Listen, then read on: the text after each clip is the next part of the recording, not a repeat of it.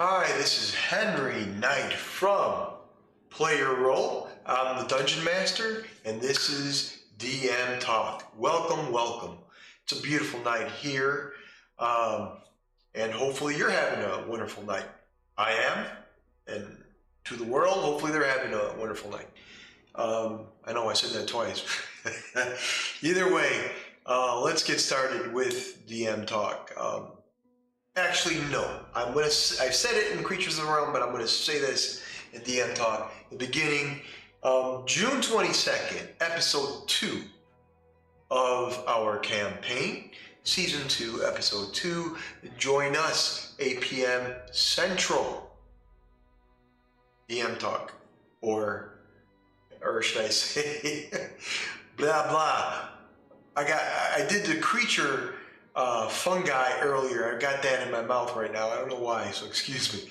I meant to say June 22nd, 8 p.m. Central, Season 2, Episode 2. Join us. We have some great content. Hopefully, we all can have fun, because this is all Dungeons & Dragons is about, having fun. But anyways, let's continue with DM Talk. DM Talk, it's not just me talking, it's you talking. Whatever you want to talk about, if I'm on a topic, you go ahead and chime in, and I'll break that topic and go ahead and talk to you about it. That's what we do here on DM Talk. It's unscripted. I say what I want, of course, within standards, you know. I say how I feel about the subject matter that I'm talking about, and it's my personal opinion of it. Everybody has their own opinion. Join us here, and here we go. Topic number 1. What happens in your campaign when you're describing the scene, going with the flow of the story, and then all of a sudden there's arguments from players? Nothing you did role-wise or anything, but the players are arguing. They're not getting along. What do? Let me backtrack here. I've talked about this before in earlier episodes, but very briefly, but I want to talk about this specifically now, because I read this on a Facebook forum, a D&D forum, and the DM was upset. He said that in his game there were a lot of arguments, and how does he handle it? He didn't know how to handle it. And how do you handle arguments in a campaign? Are they easy? No, they're not. I don't care who you are. If players start arguing, the scene is done. Let me tell you why. If you have an emotional scene where a primary character or an NPC is going to die, and you have 2 players arguing over something, how does that make you feel as a DM, and how does it make the players feel? The other players that want to play the game, well, you have 2 players arguing over potentially something stupid or something doesn't make any sense, confusion, or whatnot. What do you do as a DM? I'll tell you what I would do. In my games, on my table, I've told them this in session 0. We have any issues, any problems, any arguments, don't bother. Don't do it on the table. Don't do it with the other players. Don't disrespect anybody. Wait for the break. Discuss it away from the table and go from that. Within break, our break is usually 30 minutes. Within the break, if you can't figure out a solution, then there's a problem. That's where the problem lies. The solution is not always applicable. The solution is not always there, and especially on the fly. You're the DM, you're the mediator, you are the director, you're the producer, you're the one calling the shots. You are. It is your table. So what do you do when you have 2 players arguing? They're not arguing at the DM, they're arguing at each other. They're arguing with whatever they're getting into. Maybe one's a rogue and the rogue stole or took an item that the cleric found. And then all of a sudden you do a sleight of hand movement, you know, oh, I'm going to take that. I specifically told my guys in my campaign that in my story of the light in season 2, all the players know each other's. There is no backstabbing each other. There is no stealing from each other. You guys are tight. You guys are family. You guys have been known each other for a very long time. You're orphans. You know each other. There is no backstabbing. There is no, oh, I'm going to kill you or I'm going to kill that. No, it just doesn't happen. You have to be clear as a DM and tell your players in session 0 the parameters of the story and remind them. There's subtle hints that you can do. There is so much that you can do in your game to make it immersive, to make things great in the game, where the players can enjoy the scene, where they can have fun, and the arguments will stop. Are there going to be arguments? Yeah, it happens. But that's where professionalism comes in. That's where I need to respect the other player. I need to treat him right or her right. I need to do things right. That's what you do. You don't just, hey, I'm gonna jump in and steal your shit because you found it and I want that diamond. I want that ruby. I want that dagger. I want that item. Nope. Everything is shared. Now, if you don't want it that way, in session 0, you tell your players, this is how I'm running my game. This is the parameters of my game. This is how it should be. It's your job to do that as a DM. Remember, you're a director. How would you like to go to a film? And man, there's a lot of crappy films out there, but where the direction of the film was all over the place. Well, the director had so much control that the film just bombed from the beginning act to act 3. It's the same thing with Dungeons and Dragons. Everything is act 1, act 2, act 3. Your beginning, middle, and end. The same thing. You have a very beginning to your story. It progresses. It rises. And then in act 2, you get to know the characters of the story, major players, and so forth. You start giving them the sense of what's going on, and then, but act 3 comes along, you better know what's going on, and now you have to deal with the consequences of what happened before, or deal with the mystery, intrigue, whatever you had in your story. The final act is that final act, dealing with the situation and confronting your villain and so forth. And when that doesn't happen in your story, it falls apart. It's all part of writing. It's all part of the story.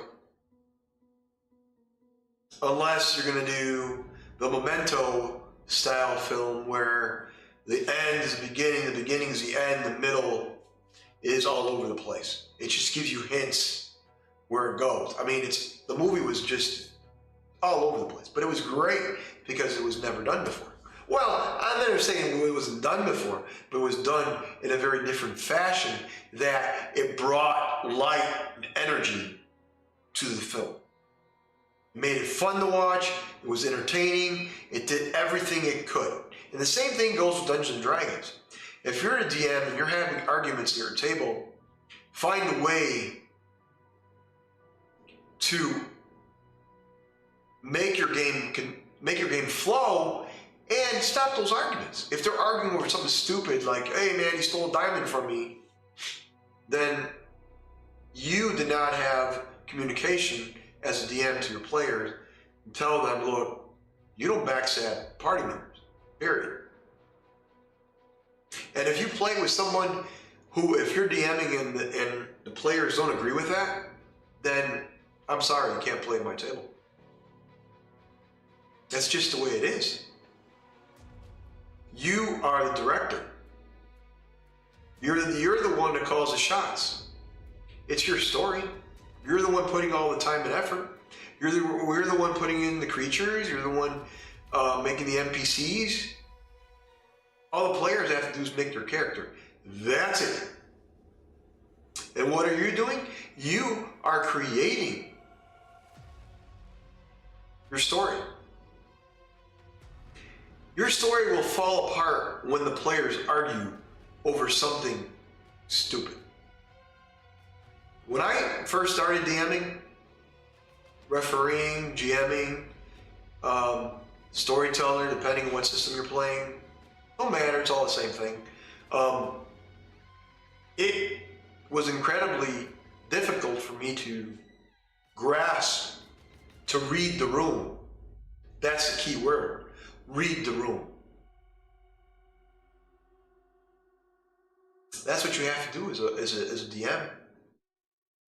You have to read the room, know your players, and tell them, communicate with your players and say, hey, look, in session 0, we discussed this. No arguments. Away from the table. What are you guys doing? Arguing in the table, which means they broke the rule of your table. They're disrespecting you as a DM and disrespecting the other players. I have 7 players.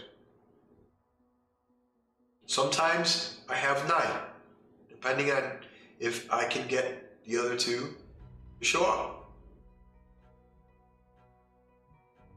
It happens.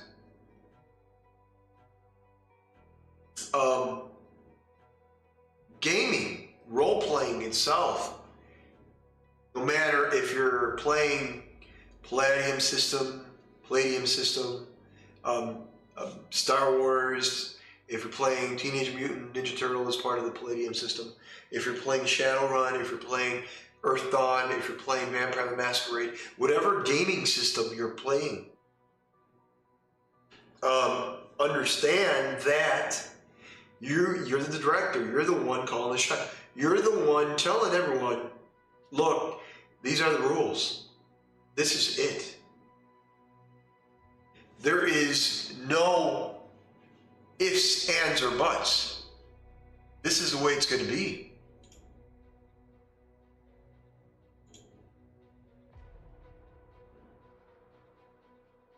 Because in your game, when everything falls apart because of arguments, and I feel bad for the forum I was on. Let me get a drink of water. If you guys can hear me.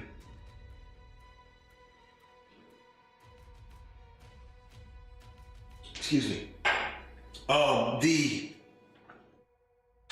The DM was upset. He really was upset. He said, well, my players are arguing, not just one, multiple are arguing, and he doesn't know what to do. I told him very nicely to take it away from your table. Have a conversation with whoever it is, the individual is or individuals, and take it away from your table, and then discuss the certain aspects of the game. What's good and bad, what are your rules, and stuff like that, because it's all respect. If you're going to argue over something stupid, over an item, or a plot point, or man, I screwed up in the roll, or if I screwed up, the DM messes up, and there was a roll, and all of a sudden the player's like, oh, I'm pissed off because you screwed up on a rule. Well, shit happens. It does happen, so you move on. Well, if we can go back in that scene, I got hit with 15 damage, then that means I didn't have a bonus action. Well, here is the point. The point is there will be a screw up in the game. It happens. And if something does happen, it happens. Move on. Deal with it later. Oh, well, that's unfair. It's not unfair. People make mistakes. We're not robots. We're not AI. And that's a whole new topic. So what do we do with your players arguing? Do you just let it go? Do you just continue until they continue arguing? Or they get to shouting and they go over you? That's disrespectful. It is. We're all grown men or women. We know what to do. We know what to do in a game. You should be respectful. So if the DM's director, like in a movie, and your players are arguing, and for those of you who jumped in, I'm just letting you know that we're going over topic number 1, which is, I read a forum on Facebook and the DM was upset that his players were arguing. So how does he deal with all that? How do you deal with all that? I'm saying is, take it away from the table, talk to them, and then find out solutions. Find out a problem and then come back, come up with a solution and stuff like that. That's what you do. Do you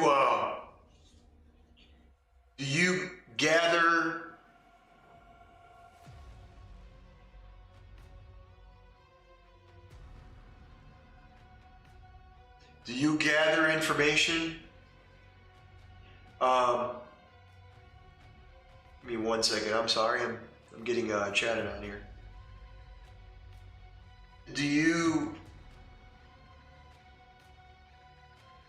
get that information and all of a sudden talk it over with them and say, hey, you're completely wrong. You shouldn't be doing that. You should respect me. Well, here's the situation. You can be respected by conversation, by talking it over with a player.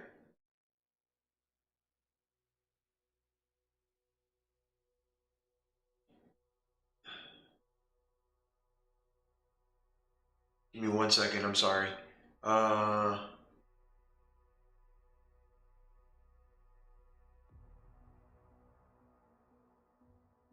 So what should you do to lost my train of thought here. Sorry. People are just chiming in. So anyways, what should you do to deal with that situation? You take your situation, whatever it is, take it away from the table and then come back. Come back. That's simple. It's not that difficult. Not that difficult.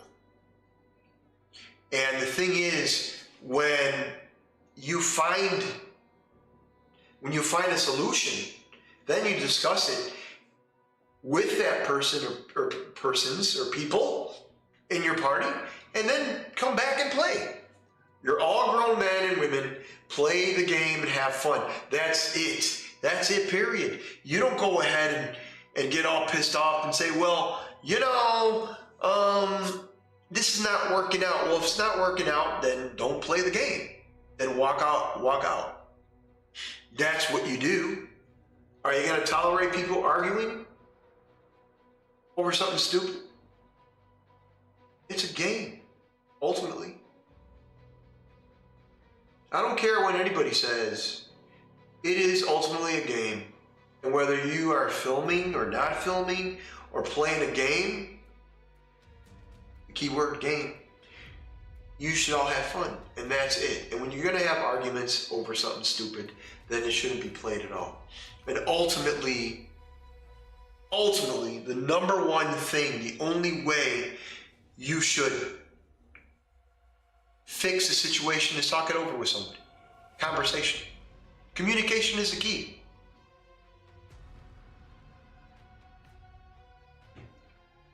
Communication is the key. Just like marriage, communication is the key. If you don't have communication, not going to work out. You got to communicate. That's what it is. So, and I'm going to say this, and I hope that my forum crew, Dungeons and Dragons crew on Facebook, can watch this video, because I think it'll be helpful, because you believe that the only solution is continue the game, fight back, yell at them. No, you don't. Take it away from your table, talk it over with those players, and then come up with a solution, and then continue the game.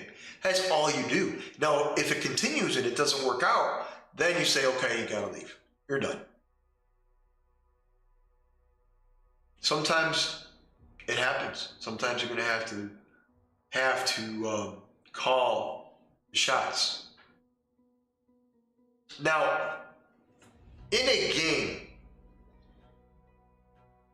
and I'm really going to say this because in a game, ultimately, anything can happen to cause an argument.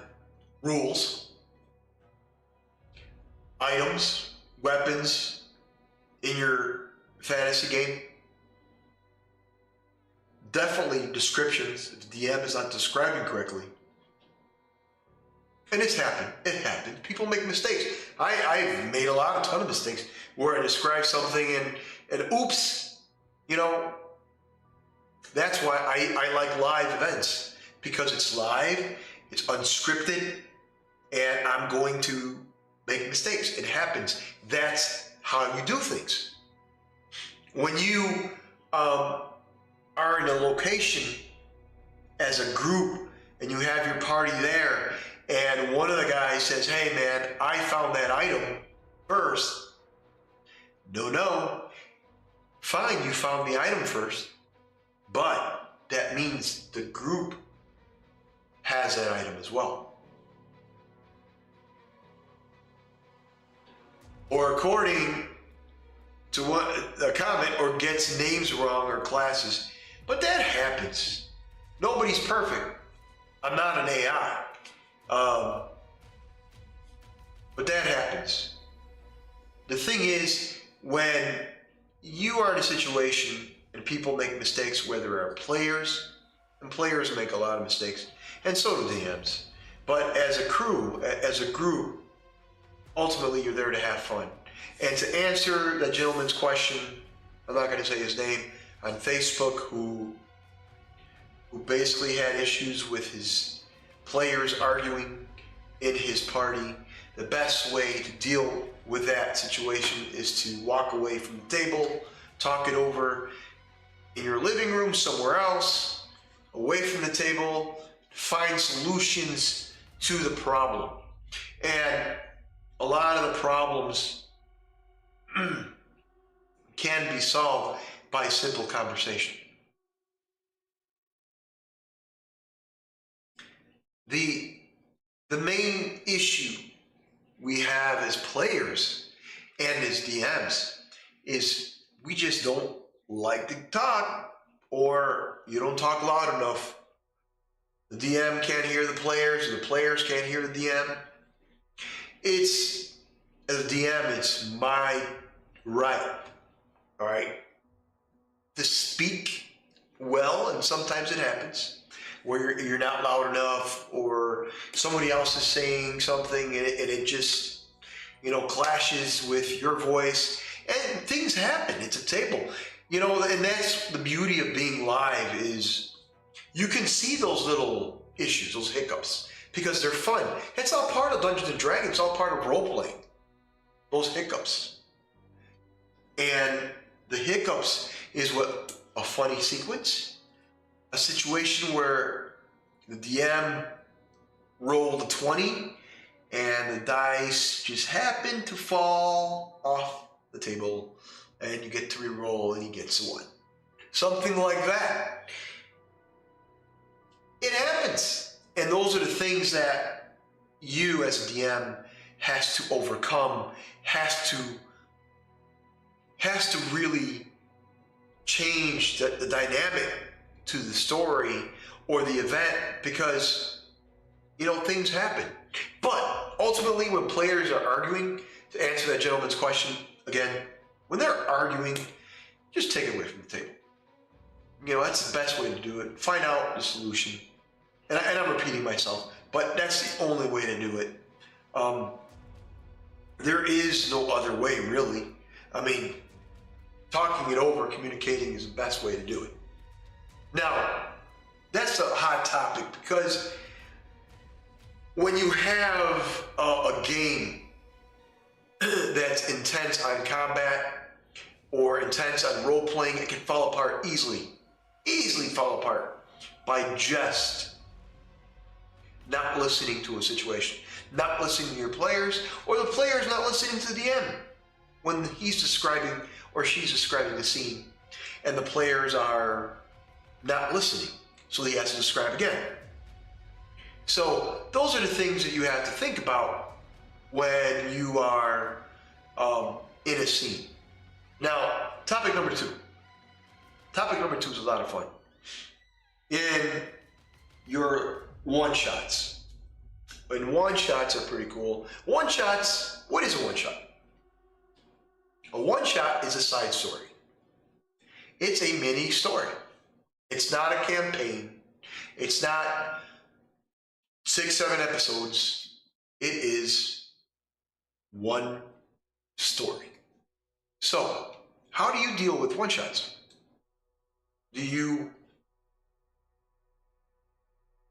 just write the story out and play that night and hope it goes well?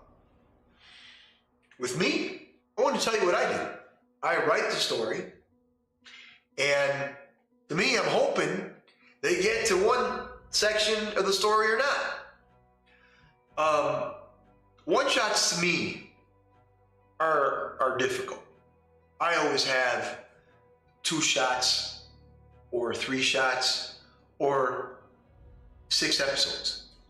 And the reason being, because my stories end up being longer than normal. That's just me. But what do you do? What do you guys do? Players, DMs, whatever. What type of one-shots do you play?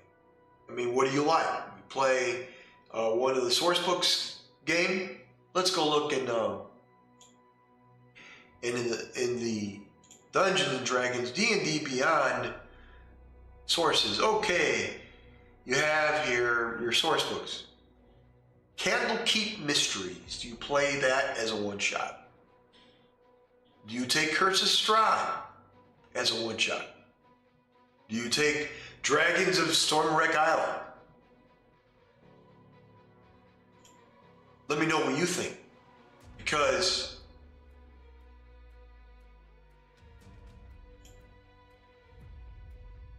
the sources,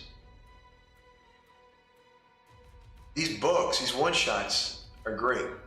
Vecna, The Eve of Ruin, the new one. That's a pretty big book.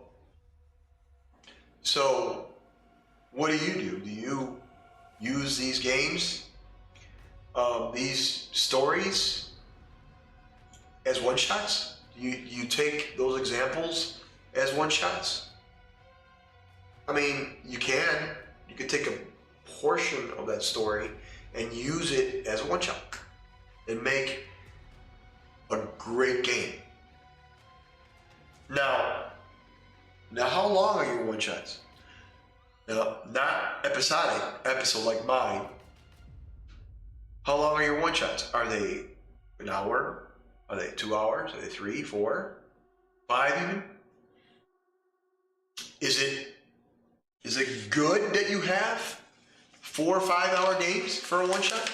Will you make it for a one-shot if it's 5 hours? Those are the things that you need to discuss with your players, because that's the difference in making characters. Because if you're making a character, let's go to D&D Beyond again. Um, if you're making a character, right, and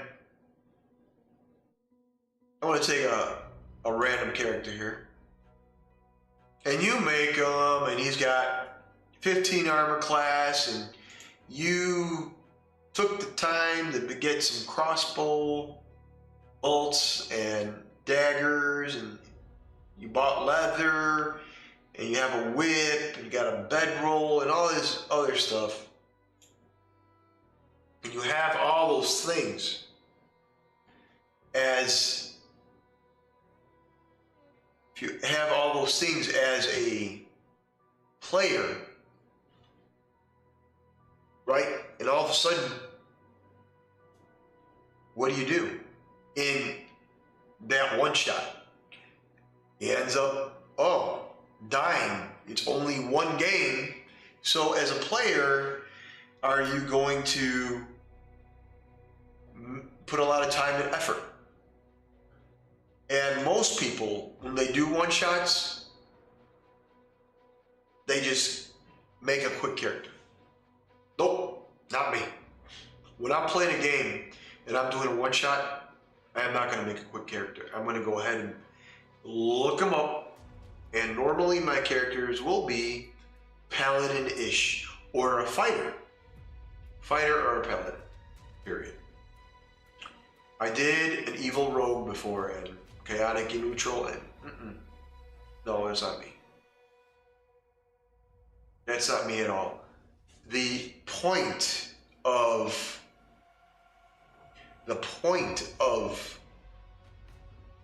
playing a character is you design it, you look at the weapons, look at the armor, look at your background descriptions. That's all part of role playing. Take your time with it.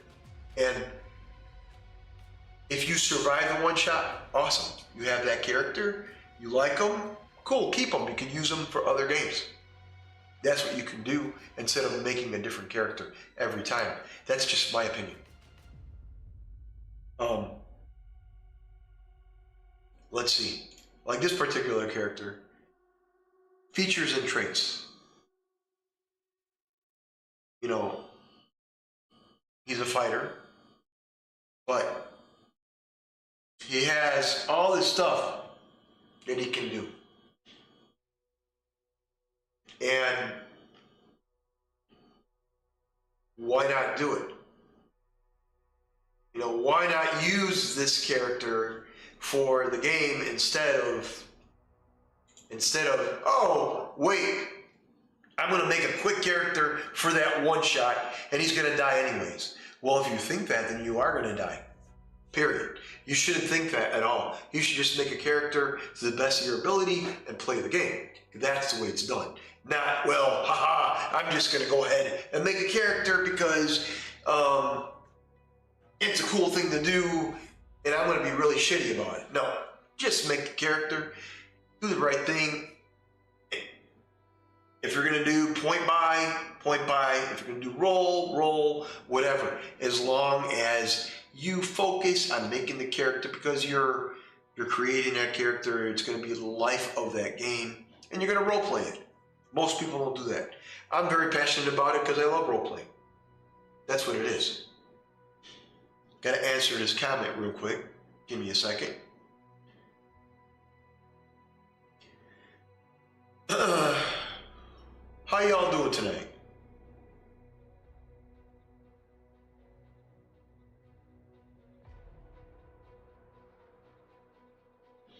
Anyways, that's how you do it. You don't just say, hey, I'm going to go ahead and go on D&D Beyond, or you know what?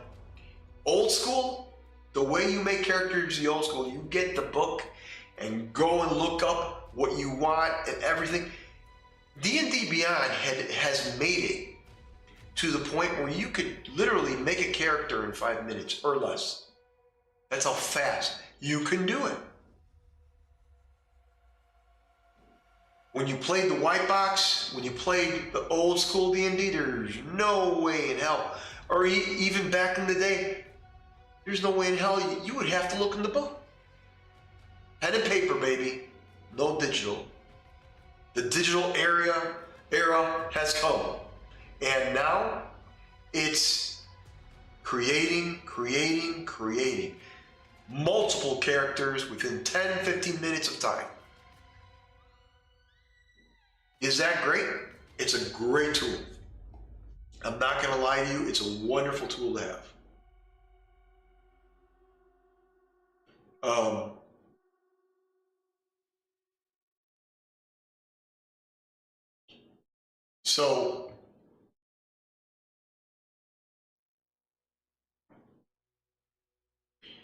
So one of the guys in the comments says, tell us how that makes you mad. Oh, how that makes me mad.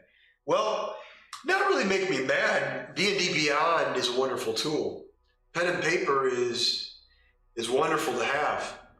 But you can use both.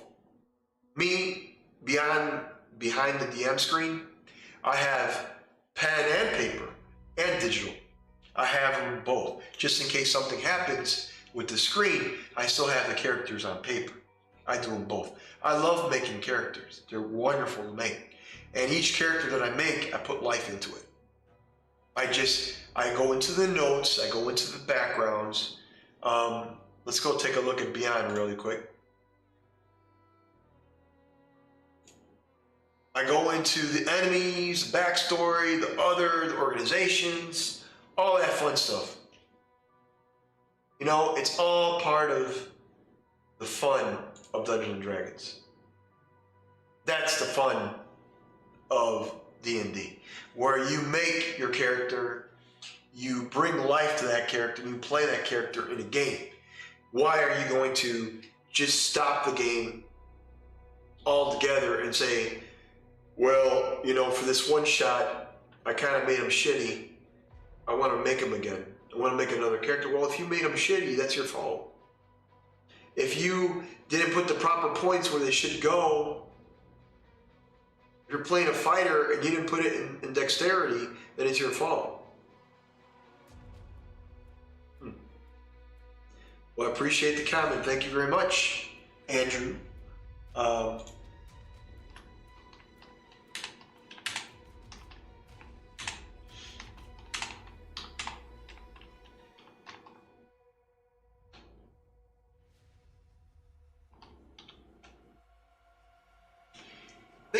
Thank you very much for the comment. Andrew just said, and you can see it on the screen as well, all your NPCs have depth and detail. Good job, sir.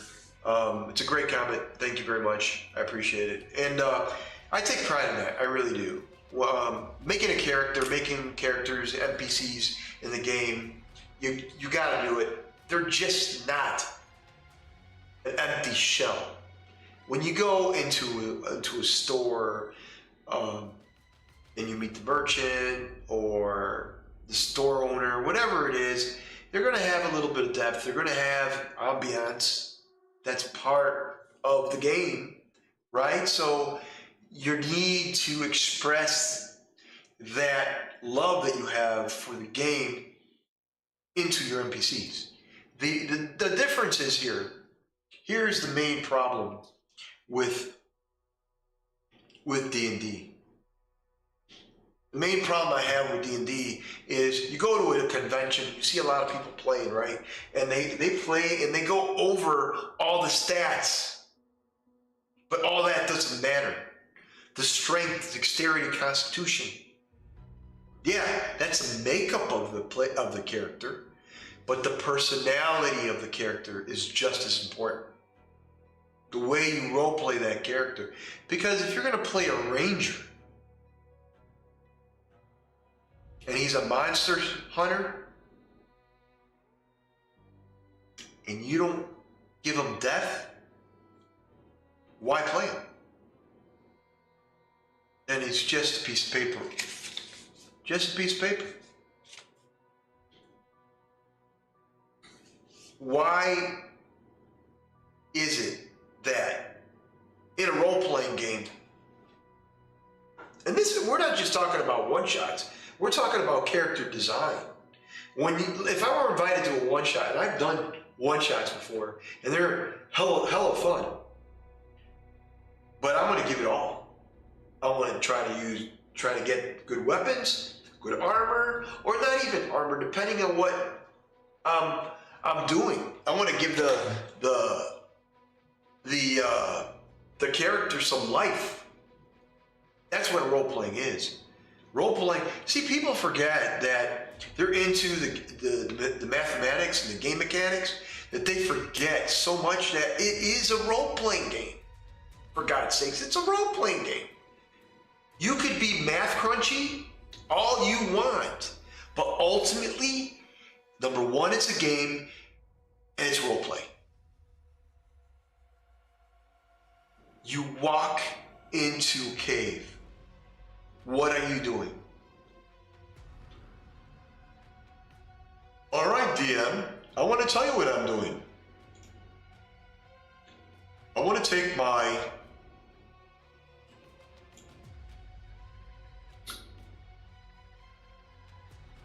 Crimson Right.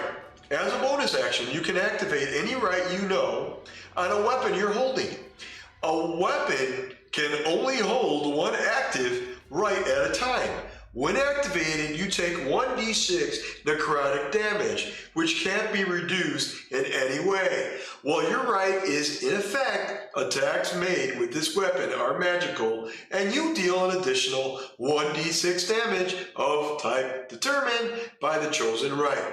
The right's effect lasts until you finish a short or long rest, and other creatures cannot gain the benefit of your right. The extra damage by the right is fire damage. The next is Rite of Flame. Now, why in hell would you say all that? That is player number one. Player number two has the same character. This character is a blood hunter, shifter blood hunter. Okay, so he is going to do the Crimson Right. So how would you do this? So you roll. So you roll to attack. Then you roll your 1d6 damage, right?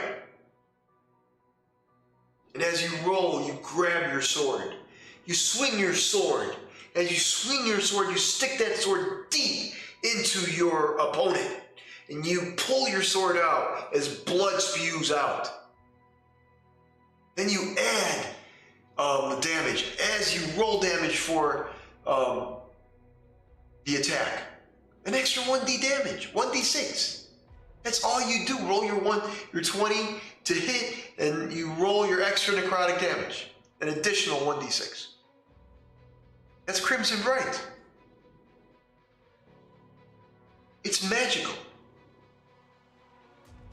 But I'm describing the blood. I'm describing, and I'm doing it as a bonus action after my attacks.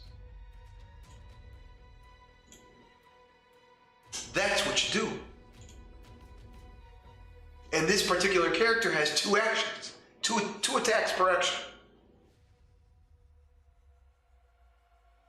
He's a shifter, but he's a blood hunter. He changes it. His hybrid form is Predatory Strike. And what is Predatory Strike? Player number one, can you apply your Crimson Rights to your unarmed strikes, which is treated as a weapon? You can choose to either Dex or Strength to attack damage rolls, which deals your choice of bludgeoning or slashing damage. And player number two, hybrid form, Predatory Strike. Dex or Strength, attack damage. And you're going to say slashing. Why can't you just say hybrid strike, my claws extend out, and I strike my opponent, slashing. You know, I'm feral. Describe what you're doing. Hybrid strikes give you longer claws, a long tooth form, it's a melee attack. These attacks, it'll tell you a +5 in this particular character. Why not describe it? Why not describe what you're doing in a scene? Instead of going over that jargon, there's ways of doing it. I've been role-playing it a long time. There is hell of a ways to do it.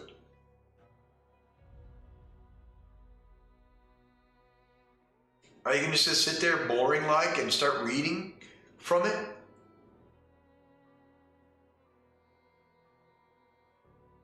There is a way to bring up life in that character. Let's take a look at that. A shifter blood hunter again. Okay, so his attack can use a crossbow. And we know what a crossbow light is, right? A light crossbow. Okay, he's got a dagger whip. You know that he changes. He's got bloodlust. Gets an extra attack. You know what he can do. So, does he have a reaction? No, but only opportunity of attack. If somebody leaves his space, he gets to nail him a second time. Or a third time in this case. So, how do you would role play his attack actions? His hybrid form. That's up to you as a player. If the only thing you have is to check your character out, to make sure that my character is played the right way, to make sure that my character is role played the right way in that one-shot game, then be that player. Be awesome. Role play him awesome. Have fun playing him or her.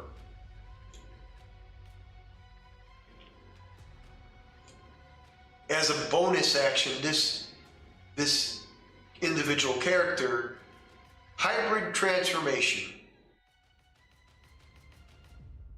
You can speak, use your equipment, and wear armor in this form. You can revert to your normal form earlier as a bonus action. You automatically revert to your normal form if you fall unconscious. So,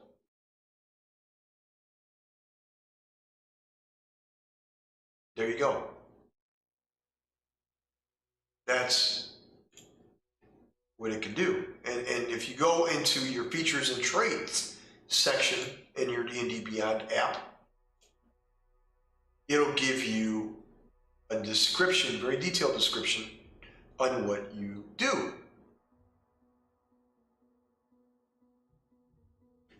You know, what is it when you shift? What are your bonuses? What are your feats? All that stuff.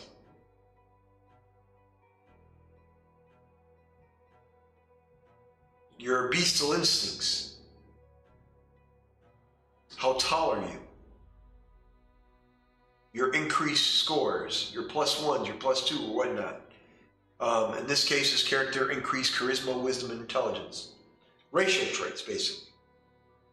Your attack levels, your abilities, all that stuff is under your all section features and traits. All your feats, your class features, everything. Everything is listed for you there. Now, when you're making a character from scratch on paper, it's going to take you about 1.5 hours to 2 hours. If you do it right. Yes, it is. It takes a long time. It's not that easy.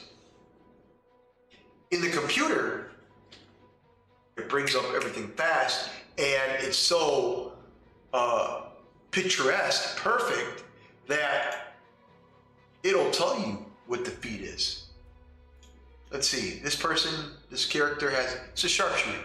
Attacking the long range doesn't impose disadvantage on a ranged weapon attack roll, and your ranged weapon attacks ignore half cover and 3/4 cover before you make an attack with a ranged weapon.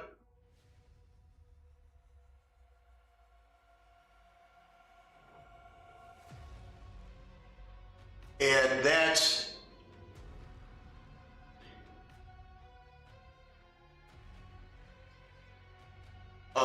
what you do. You look at your feats, it'll be there, and boom, it'll be there. 100%. It'll give you the description of what you have, and it's easy. You don't have to look it up in the book. When you pick it, it'll have it. It'll give you a description for everything. That's what's cool about having D&D Beyond.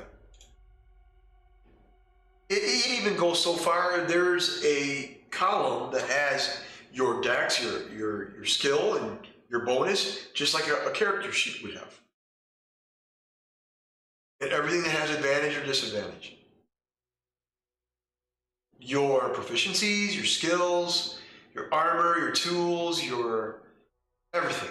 Your senses. Think about it. You click on senses, and it'll give you what a passive check is, what is blind sight, dark vision, tremor sense, true sight, all that stuff, the different senses.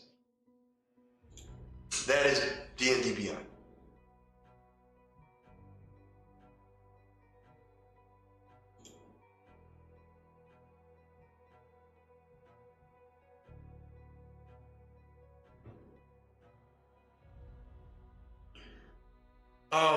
It has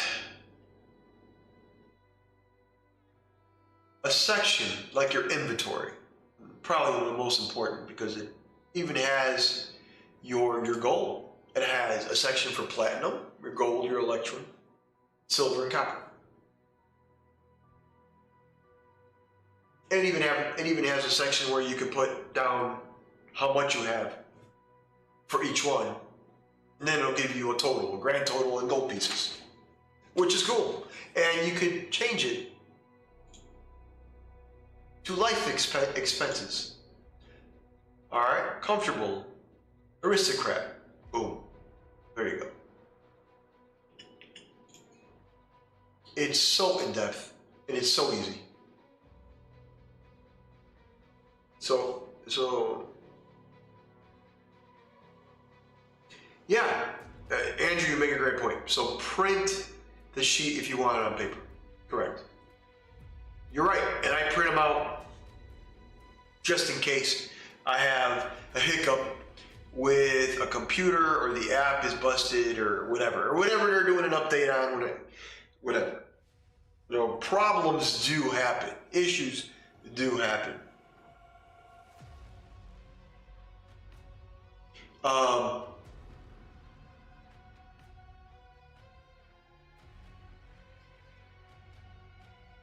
Now, with all this in a one-shot, how do you think DM's gonna be like?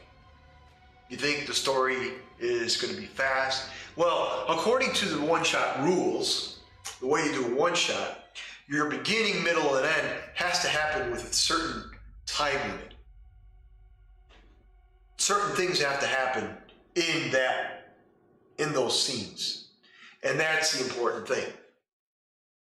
Which makes a one-shot so difficult is because a one-shot for me, because I have so much, I like to expand and I give the players time to look and so forth. But that time starts to dwindle down.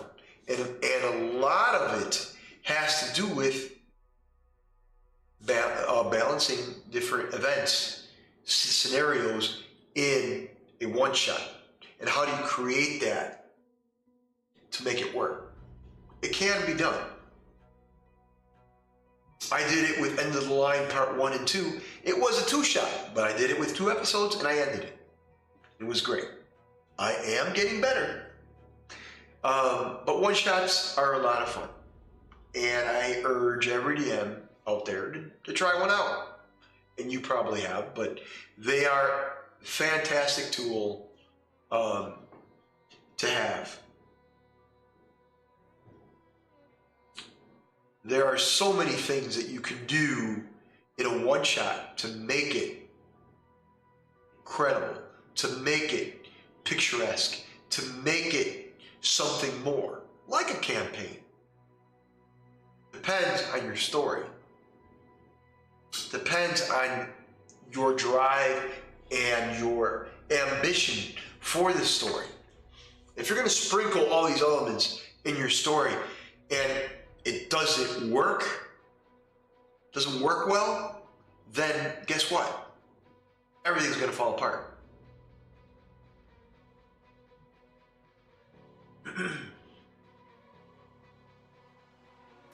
The thing you have to realize about one shots is the element of surprise. You have to have those elements in the game. You don't have to, but let me backtrack. I know you said you had to, but a one shot has to be more action, more story oriented, more ambiance. You have to push all those things faster, better to make them work. Your beginning, middle, end has to work in a certain way that the characters have to make it to maybe the next portion of the match, maybe another room, maybe the next room. Sprinkle some evidence, clues around so they can move on to the next situation. So, in end, I'm going to cut it a little short tonight in DM talk because I only had 2 topics. Normally I have 3. And lately, the other one was kind of like, the last episode was kind of like a no holds barred type of topic. But tonight, we'll have 2. Our first topic we talked about was arguments in your story. How do you handle them as a DM? And I said the best way to handle them is to walk away from the table, find a solution, come back and play the game. And that was a comment that I saw on a D&D forum on Facebook. Now, my second topic on DM Talk was very specifically a one-shot. How do you run one-shots? How do you handle one-shots? For me, I always would do 2 shots, 3 shots, or whatever. It's still a shorter story than the campaign, but it's broken up into different episodes. A one-shot, it is what it is. You know what it is. It is 1 episode, and you have to have your elements, your beginning, middle, and end. Work it out. That way it can be done and finished. It can be done. It's been done before. There's many DMs out there that they've done one-shots, and the one-shots are great. They're a lot of fun. And I'm saying in your one-shots on the player side to make sure that you create the character and don't create something good. Don't just create because you're doing a one-shot. Oh, no, I'll make another character anyways. No, make the character like it's your only character. And I think that's the best way to go in a role-playing game. Anyways, I will see you next time on DM Talk. Thank you very much. Join us again, June 22nd, 8 p.m. Central, episode 2 of The Light. Join the guys and myself on Playerole. We're going to continue this epic campaign, and we have a lot of fun doing it. DM Talk and Creatures of the Realm is going to return in a couple weeks, so I'll see you then. Have a good night.